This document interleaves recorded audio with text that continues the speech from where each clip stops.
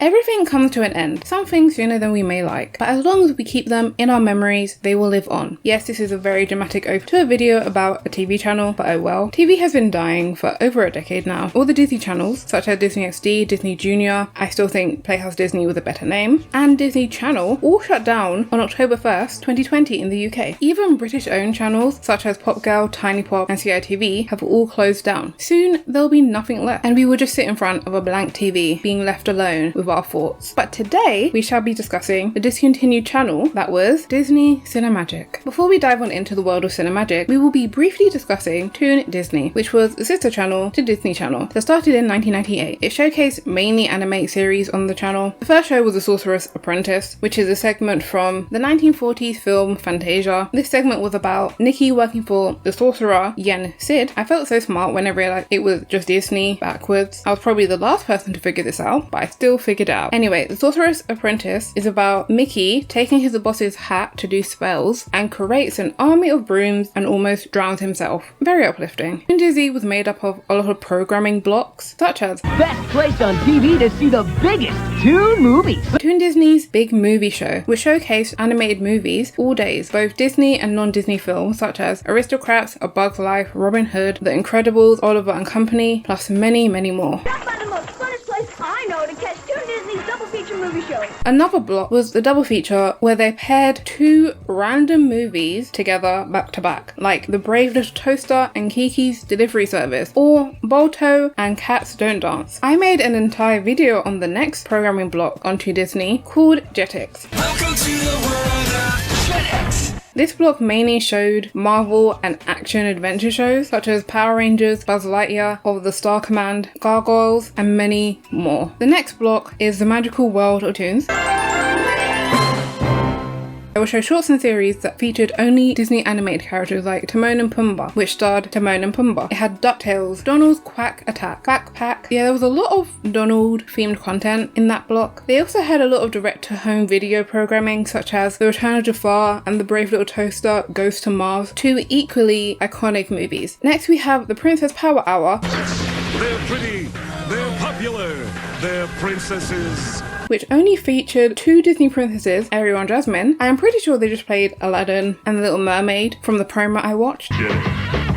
Chillin' out, chillin' with the villain. After that was Chillin' with the Villain, which was a Halloween marathon that showcased Disney villains from movies such as Darkwing, Tailspin, and Mighty Ducks, among others. Now your favorite TV stars. The Great TOON Weekend. Next we have The Great TOON Weekend, which was a 7-hour that consisted of 2 Disney movies, then episodes from the following TV shows like Hercules, the animated series, Lilo and Stitch, the animated series, and Legends of Tarzan, the animated series, for the next 5 hours. And lastly there was Hanging with the Heroes, Heroes ain't clear of you, stopping all you do.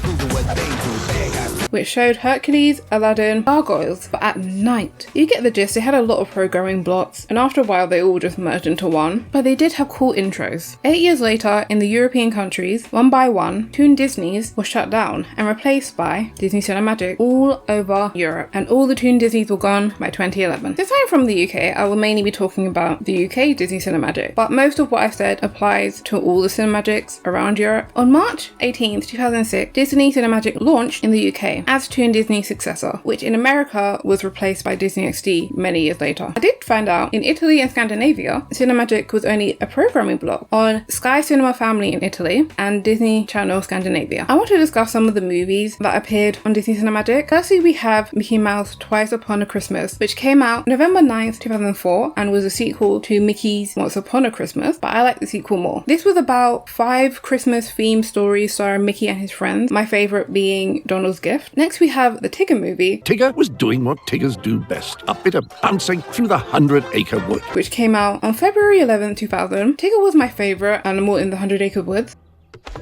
there. Now that's a wonderful title.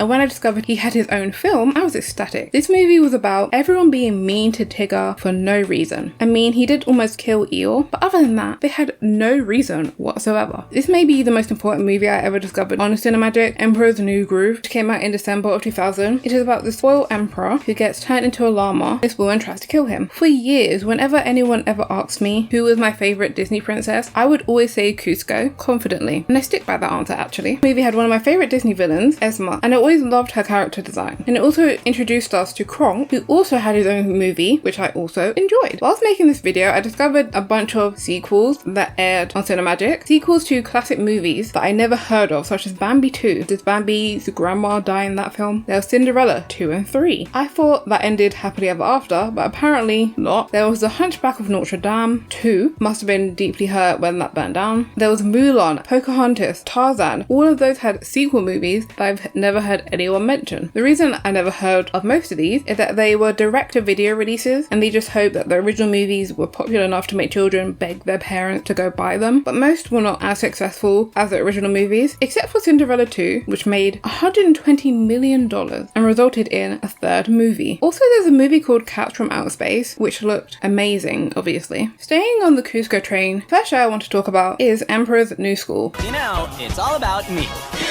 Before Cusco can ascend to the throne, he must complete school. Isma is still trying to destroy Cusco, disguised as the head teacher, continuously tries to prevent him from graduating. Cusco has to live with Pacha and his family, who we met in the first film. He also gets to meet a hottie, that is how they describe her in the theme song, called Melina. She's the head cheerleader, brilliant and academic, and shows very little interest in Cusco most of the time. The show ran from 2006 to 2008, with 2 seasons and 52 episodes. Pull the lever, Kronk. No one ever knows what I'm talking about when I bring up this show, but I have vivid memories of Dave the Barbarian, so I thought I would bring it back to the light. This show is about the 3 siblings whose parents rule the nation of Udragoth. Their parents leave to go fight in a war. The eldest Candy is left in charge, and she rules the kingdom with her brother Dave and sister Fang by her side. There was a joke in the Halloween episode that has been stuck in my mind for over a decade, where Dave agrees to allow this group of ghosts to haunt them every year on October 31st. They just had to give this day a name. We're in the main hall with a bunch of weenies. And thus is born the holiday known as Arbor Day! The joke wasn't funny then, it's even less funny now. It has had a permanent place in my mind. The show only ran for 1 season with 21 episodes from 2004 to 2005, but clearly it had a lasting effect on me. This show is the main reason most people know what a naked mole rat is. Next we have Kim Possible. This is probably the most popular show that appeared on Disney Cinemagic. It is about this normal teenage girl with her best friend at her side, and she has to defeat all the world's problems, which is usually caused by this blue man, this guy in a kilt, and this man who wants to be a monkey god. No idea why all of this rests on the shoulders of a 16-year-old, but it does. And for years, I wanted to go to the restaurant they have in the show because Rufus and Ron made this food look so good. Also, more rats are herbivores, so slightly concerned for Rufus's digestive system. The show lasted 4 seasons with 87 episodes from 2002 to 2007. It had 2 animated movies, and it even had a live-action movie more recently, which we will not talk about. Next, we have another underrated show, Lloyd in Space, and it was one of my favourite Disney Cinemagic shows. Made by the creators of Recess, who we will talk about later, Lloyd in Space was about this alien teenager who lives in a space station called Intrepidville with his superpowered sister, leader of the space station, Mum. We follow Lloyd and his friends getting into normal teenage antics with a sci-fi twist. I will probably do a video on this show one day. I have so many memories of it. There's also a lost episode of it called Picture Perfect, so if anyone in Asia is watching and you have seen that episode, because that's the only place it was available, please inform me what it was about. This show had 4 seasons with 39 episodes, so clearly someone other than me was watching this, but no one ever seems to remember it. This is from 2001 and ultimately ended in 2004. Lastly, we have Recess, another iconic TV show, which was about this group of 4th graders, led by this kid called TJ. All the kids in the group had their own individual quirk. My favourite was Spinelli and Mikey. This show mainly follows them at recess, but we do see them in class sometimes. I remember the entire plot of the episode Speedy, which was about the class hamster dying. Loved that episode. like to clarify, I do not love the fact that the hamster died. I love the twist at the end of the episode. I'm sad the hamster died. Okay, moving on. In the playground, they take their cliques very seriously. There's the Ashleys, who own a section of the playground, and they have a king who rules the playground with guards. They have several movies, such as That's All Growed Down, following the younger versions of the main six, which was clearly a nod to the Rugrats All Grown Up. They also had Recess Taking the 5th Grade, Recess Christmas, and finally Recess School's Out, which was about these normal children having to defeat this evil guy who wanted to eradicate summer and recess to make the grades higher by causing a permanent winter. Again, these were just normal children. The kindergartners in this show used to terrify me, and I used to want to fight Randall. This show also taught me about protesting. The show ran for 6 seasons with 65 episodes, and it lasted from 1997 to 2001. Disney Cinemagic also aired a lot of shorts. One of the shorts that comes to mind is Mike's New Car, and it's all about Mike and Sully from Monsters Inc. following when Mike gets a new car and he's showing Sully it, and it does not go well at all. It ends very badly, in fact.